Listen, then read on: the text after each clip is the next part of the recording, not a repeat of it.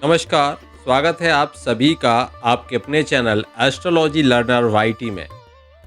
आज का हमारा विषय है संतान से धन एवं सुख प्राप्ति होगी नहीं होगी, ये आपकी जन्म कुंडली से आप कैसे देख सकते हो, क्या इसके नियम हैं। साथ ही साथ संतान के जन्म के बाद कभी कभी जातक का भाग्योदय होता है, तो क्या ऐसा उस जातक की जन्म कुंडली में होता है या नहीं होता है, यह भी हम आज के इस टॉपिक से जान पाएंगे। तो चलिए शुरू करते हैं आज के इस महत्वपूर्ण कार्यक्रम को।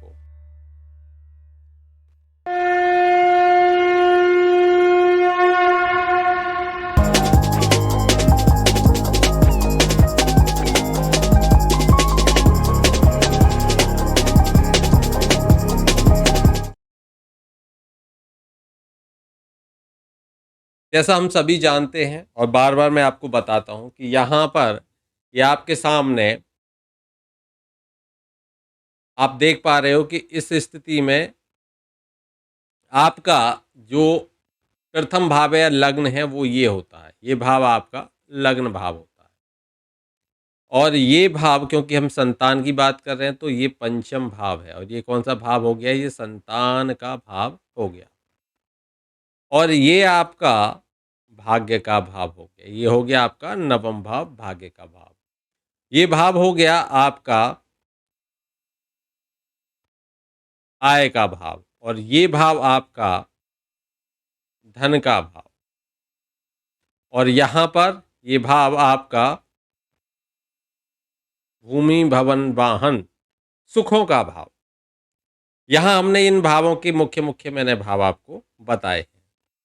आज हम जिस विषय की बात कर रहे हैं वहाँ पर हम ये देखेंगे कि संतान से धन की प्राप्ति, सुख की प्राप्ति या संतान के जन्म के बाद भाग्य का उदय होने वाली स्थिति, ये कैसे बनती हैं, कौन से ऐसे सूत्र हैं जिनसे हम इनको जान सकते हैं।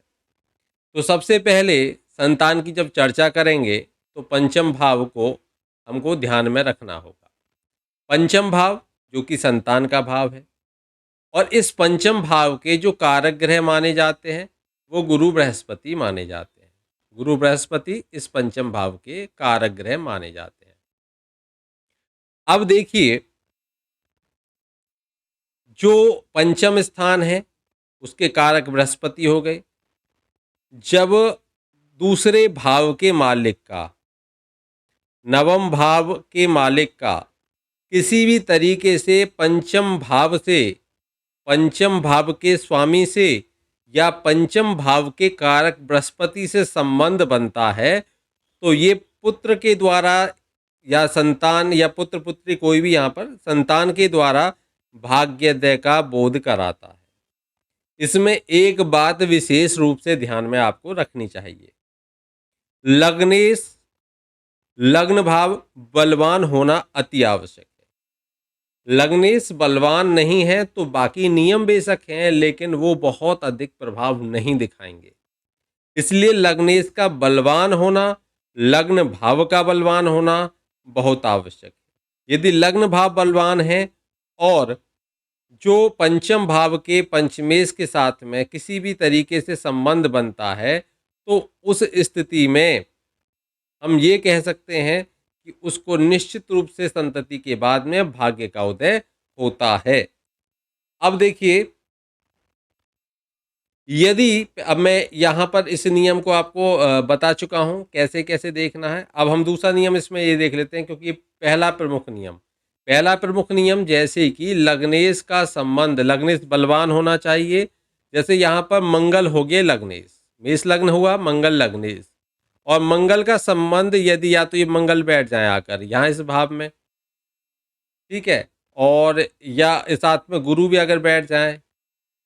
अब देखिए, कारक भावो नाशक का सूत्र भी समझिए कि जिस भाव का जो ग्रह कारक है वो उस भाव की हानि करता, लेकिन कब? जब अकेला बृहस्पति यहाँ बैठता तो हानि करता, लेकिन वो लग्नेश के साथ बैठा है तब ये हानि नहीं करेगा।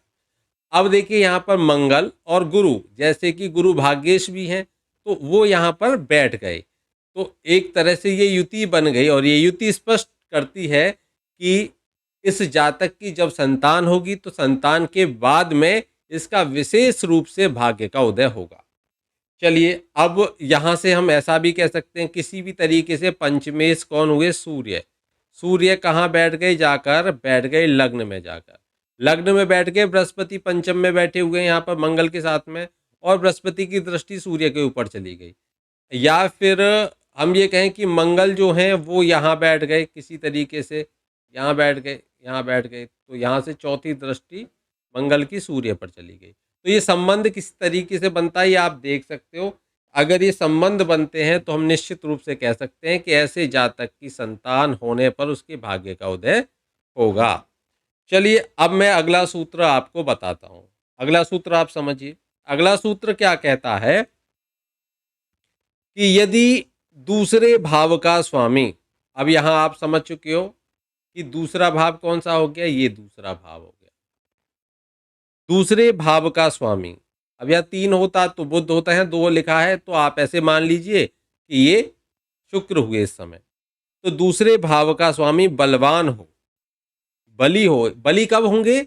जब अच्छे षडबल में उनकी पोजीशन देखिए, अच्छी स्थिति है, पाप ग्रहों की दृष्टि नहीं पड़ती है, शुभ ग्रहों की दृष्टि पड़ती है, बलवान है, अच्छे भाव में बैठे हुए हैं, ठीक है, मित्र क्षेत्री हैं। तो इस तरीके से हम उनके बल को देखते हैं, किस तरीके से बल बढ़ता जा रहा है। तो अगर दूसरे भाव के स्वामी बलवान हों और पंचमेश के साथ में बैठ जाएं, पंचमेश यहाँ कौन हुए? सूर्य हुए। पंचमेश के साथ में बैठ जाएं, या फिर दूसरे भाव के स्वामी और पंचम भाव के स्वामी को कोई भी 4 संबंधों में से कोई भी संबंध हो जाए, 4 संबंधों में से एक स्थान परिवर्तन कर लें, या फिर एक दूसरे की दृष्टि में आ जाएं, या साथ में बैठ जाएं, और या फिर यहाँ पर किसी एक का कोई एक देख रहा हो किसी दूसरे को। कभी कभी ऐसा होता है किसी की पंचम दृष्टि, नवम दृष्टि ये दूसरे की नहीं है, तो भी वहाँ पर संबंध रहता है, लेकिन उनके प्रभाव में थोड़ी सी कमी देखने को मिल जाती है। जो संबंध की वो मैं आपको बता चुका हूँ, कैसे कैसे कितने प्रकार से संबंध बनते हैं और कौन सा संबंध कितना प्रभावी होता है। अब देखिए, यहाँ पर हम देखें कि किसी भी तरीके से सूर्य शुक्र की युति बन जाए, सूर्य और शुक्र की युति बन जाए, तो भी ये पंचमेश और कौन? दूसरे धन भाव के मालिक, तो यहाँ पर ये युति बनी, और इसमें लग्नेश भी अगर बलवान है, लग्न को जरूर ध्यान दीजिए, लग्नेश कौन? मंगल। मंगल भी अगर बलवान स्थिति में है, बलवान स्थिति में हम मानकर चलिए मंगल यहाँ बैठे हैं तो बलवान हो जाएंगे। क्यों हो जाएंगे बलवान? क्योंकि ये अपनी उच्च राशि में बैठ जाएंगे, इस लग्न की कुंडली में उच्च राशि में बैठेंगे, और ऊपर से ये संबंध भी बनाएंगे। इस तरीके से हम ये कह सकते हैं कि ये स्थिति अगर बनती है, इस तरह की कोई स्थिति बनती है, तो वहाँ पर उस जातक का, जिसकी जन्म कुंडली आप देख रहे हो, जिसकी कुंडली में ऐसा योग बना हुआ है, वहाँ पर जब भी उसकी संतान होगी तो वो संतान उसके भाग्य का उदय करेगी, मतलब उसके लिए बहुत ही भाग्यशाली संतान होगी। बड़ी हो जाएगी तो धन भी खूब उसको ला कर देगी, सुख भी उसको देगी ऐसी संतान, ये भी ध्यान रखिए। और जन्म लेने के बाद ही अब वो सुख किस प्रकार से उसका भाग्य बदल देगी, जब तक स्वयं एक व्यवसाय करने के योग्य संतान नहीं होगी तब तक अपने पिता के व्यवसाय को आगे बढ़ाएगी, और जब स्वयं हो जाएगी तब अपनी इनकम से पिता की सहायता करेगी। तो इस तरीके से हम इनको समझेंगे। अब हम बढ़ते हैं अगले सूत्र की तरफ। अगला सूत्र, मैं जॉब करूं या करूं अपना बिजनेस, मेरी जॉब कब लगेगी, मुझे संतान सुख कब मिलेगा, कैसा होगा जीवन साथी, क्या मेरी लव मैरिज होगी या होगी अरेंज मैरिज, क्या मैं कभी विदेश जा पाऊंगा, कर्जे बढ़ रहे हैं, इनकम कम हो रही है, बीमारी पीछा नहीं छोड़ रही है, अस्पताल के खर्चे बढ़ रहे हैं, शनि राहु केतु मंगल समस्याएं दे रहे हैं, कहीं आपके जीवन में गलत नंबर तो नहीं आ गया, क्या है आपका लकी नंबर, कौन सा नंबर आपको दिलाएगा सक्सेस, क्या आपने अपनी जन्म कुंडली का अभी तक विश्लेषण कराया है, अगर नहीं कराया है तो दिए हुए नंबर पे संपर्क करके अपनी जन्म कुंडली का विश्लेषण कराइए, जानिए क्या है आपके जीवन की समस्या, कौन सा ग्रह दे रहा है आपको समस्या, कौन से नंबर्स दे रहे हैं आपको समस्या, समस्या जानें और उनका समाधान भी आपको मिलेगा। तो जे देर ना करें, अपनी जन्म कुंडली का जल्दी से जल्दी प्रोटेक्शन कराएं। अपनी जन्म कुंडली को समझें, अपनी जन्म कुंडली में कौन से ग्रह खराब हैं, कौन से ग्रह आपको परेशान कर रहे हैं और उनको कैसे सही किया जा सकता है उसको जानें। और ये सभी जानने के लिए आपको डायल करना होगा 9045847891। यदि भाग्य के जो भाग्य के कारक माने जाएंगे, या ये कहेंगे हम कि जो भाग्य भाव के स्वामी हो गए, वो कौन हो गए यहाँ पर मेष लग्न की कुंडली में? बृहस्पति। अब देखिए सूत्र को समझिए, ये पंचमेश हो गए यहाँ पर सूर्य। मेष लग्न की कुंडली से ही समझाएंगे, बाकी आप अन्य जन्म कुंडलियों में भी जो सूत्र हैं इनको आप अप्लाई कर सकते हो। देखिए, पंचम भाव के स्वामी अगर नवम भाव में चले जाएं, जैसे यहाँ पर सूर्य चले गए नवम भाव में, और नवमेश भी उनके साथ हों, तो या तो यहाँ पर गुरु यहाँ बैठ के साथ में अपने ही भाव में, या फिर साथ में ना हो तो नवमेश पर उसकी दृष्टि हो ग्रह की। तो अगर गुरु यहाँ होंगे तभी सूर्य की दृष्टि होगी, ठीक है, ऐसी स्थिति भी हो तो एक दूसरे का दृष्टि संबंध हो गया यहाँ पर। अब यह स्थिति हो, साथ में लग्नेश बलवान होना चाहिए, ये आप बार बार ध्यान रखिए। लग्नेश कमजोर है तो प्रभाव तो पड़ेगा, लेकिन पूर्ण रूप से नहीं पड़ेगा। ये स्पष्ट रूप से आपके सामने आपका क्लाइंट बैठा है, आपको स्पष्ट रूप से बता देना, अन्यथा वह यही कमेंट करेगा कि नहीं, एस्ट्रोलॉजी पर भरोसा नहीं कर सकते। एस्ट्रोलॉजी गलत नहीं है, एस्ट्रोलॉजी के सूत्र एक एक सूत्र सटीक रहते हैं, लेकिन हम लोगों का प्रेडिक्शन गलत हो जाता है, या हम दूसरे को कोई दुख हो दर्द हो इस वजह से उस प्रेडिक्शन को नहीं बताते। बाद में वही लोग कहते हैं कि एस्ट्रोलॉजी गलत है। आप उनको समझा दीजिए तरीका आपका कैसा हो सकता है, व्यक्ति को देखकर समझाइए, या फिर उसके बारे में मौन हो जाइए।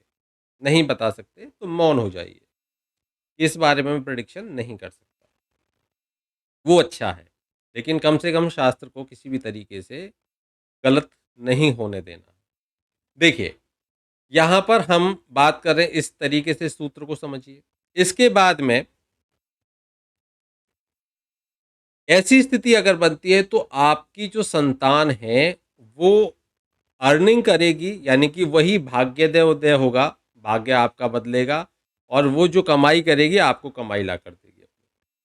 ये आप देखिए, आपको धन की प्राप्ति संतान के माध्यम से इस स्थिति में होगी। सूत्र स्पष्ट है। अब हम आगे बढ़ेंगे अगले सूत्र की तरफ। अगला सूत्र कहता है कि यदि पुत्र कारक बृहस्पति पंचम स्थान में बैठे हो, अब यहां मैंने कुछ नहीं लिखा, केवल गुरु बृहस्पति को ध्यान में रखिए, यहां बैठे हो, पंचम स्थान में हो और उस पर नवमेश की दृष्टि हो। अब मान के चलिए, मैं यहां पर बदल देता हूं, 2 3 4 5 6 7 8 9 10 11 12 और 1, वृषभ लग्न की कुंडली बना ली। इसमें गुरु बृहस्पति बैठे हुए हैं, कौन से भाव के? अष्टम भाव के मालिक हैं, ध्यान रखिए, अष्टमेश हैं। लेकिन हम सूत्र को समझ रहे हैं तो इसलिए बताना है। अब बृहस्पति पंचम भाव के हैं, लेकिन इनके ऊपर किसकी दृष्टि जाए? इनके ऊपर शनि की दृष्टि हो। तो इनके ऊपर शनि की कब दृष्टि हो सकती है? जब शनि यहाँ बैठे होंगे तब दृष्टि डालेंगे, जब शनि यहाँ बैठे होंगे तब दृष्टि डालेंगे, जब शनि कहाँ बैठे होंगे? यहाँ बैठे होंगे, तब दृष्टि जाएगी। ठीक है, सूत्र को समझिए आप। अब ये पुत्र कारक बृहस्पति हैं और इनकी दृष्टि किस पे जाती है? इनकी दृष्टि गुरु के ऊपर जाती है।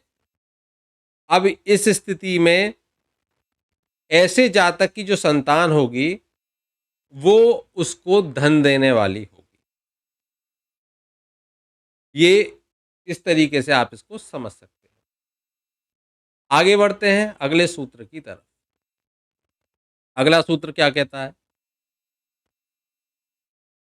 देखिए, संतान के अधिपति गुरु बृहस्पति हैं, संतान के कारक हैं।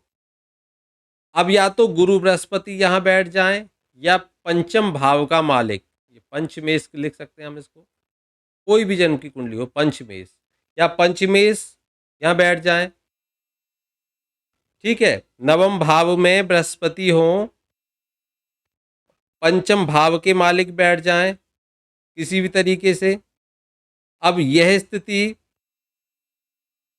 और यहाँ पर एक बात और समझिए, इसमें अगर दूसरे भाव के मालिक सेकंड हाउस लॉर्ड भी अगर साथ में आ जाएं, सेकंड हाउस लॉर्ड वो भी साथ में आ जाएं, तो यहाँ यह स्थिति स्पष्ट कर देती है कि संतान धन देने वाली होती है और प्रचुर मात्रा में धन देने वाली होती है।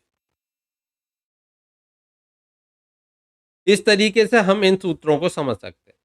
ये कुछ मुख्य सूत्र हैं जिनसे आप स्पष्ट रूप से समझ सकते हो। आगे हम बात करेंगे एक नए विषय पर। आज के लिए इतना ही, फिर मिलते हैं। तब तक के लिए जय श्री कृष्णा, राधे राधे।